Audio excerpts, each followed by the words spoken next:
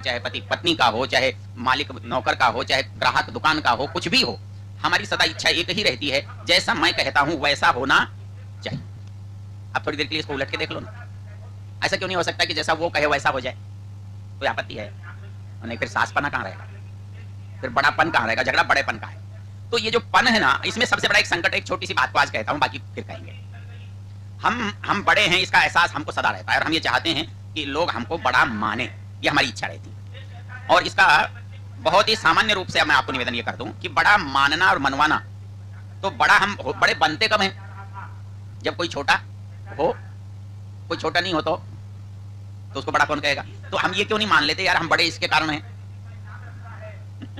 यदि आप ये मान लो कि हम बड़े इसके कारण हैं, तो बड़ा अपने आप वो हो जाएगा, मैं नहीं, वो नहीं होता तो मैं बड़ा कैसे होता?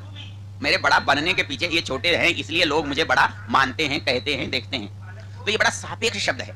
अब एक बात अनुभव कर लो, अनुभव ये करो कि मेरा जो बड़प्पन है इनकी अपेक्षा से है, तो अब वो बड़प्पन इनके देने से हुआ ना, मेरे से तो नहीं हुआ। तो जो दाता है वो बड़ा है कि जो पाने वाला है वो बड़ा है? तो हम जब भी बात सम्मान की करते हैं, जब भी हम बड़प्पन की करते हैं, जब भी लोगों को अपने हिसाब से चलाने की करते हैं, तो उसमें छोटी सी एक भूल होती है, हम अपना जो स्थान है वो भूल जाते हैं। यदि उस पर आप थोड़ा सा ध्यान दे लोगे तो आपको परेशानी कतई नहीं आएगी, सामान्य से सामान्य बात हो जाएगी।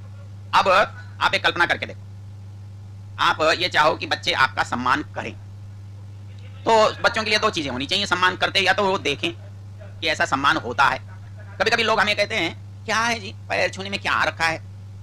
लेकिन आप एक कल्पना करके देखो कि एक आदमी आप के पैर छू ले, तो आपके मन पर कुछ होता है कि नहीं होता है?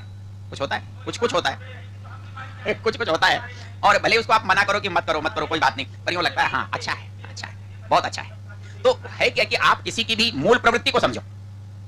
आप यदि मूल प्रवृत्ति को समझोगे तो आपको कष्ट नहीं होगा, क्योंकि आप मूल प्रवृत्ति पर चोट करोगे तो दुख होगा, लेकिन मूल प्रवृत्ति को यदि आप पुष्ट करोगे, उसको सहमत करोगे, तो आपको दुख कभी नहीं होगा। तो इस दृष्टि से हमारे ऋषियों ने इन्हीं बातों को किया है। भाई एक सास या एक बहू में जो संबंध अच्छा होने का झगड़ा है वो कितना है? वो इतना ही है कि वो उसको ये लगे कि ये मुझे बड़ा मानती है, तो वो गदगद हो जाएगी कि हाँ चलो एक तो ठीक है।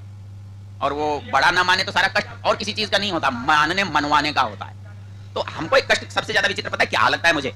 कि जो चीज हम कर सकते हैं ना वो तो करना नहीं चाहते, और जो दूसरे से करवाना चाहते हैं वो हमारे हाथ में नहीं। तो मैं ये तो चाहता हूं कि दूसरा मेरा सम्मान करे, और ये मेरे हाथ में नहीं है। अच्छा, मैं सम्मान करूं ये मेरे हाथ में है कि नहीं है? और मैं करता हूं क्या? और कुछ भी झगड़ा नहीं है, इतना सा झगड़ा है।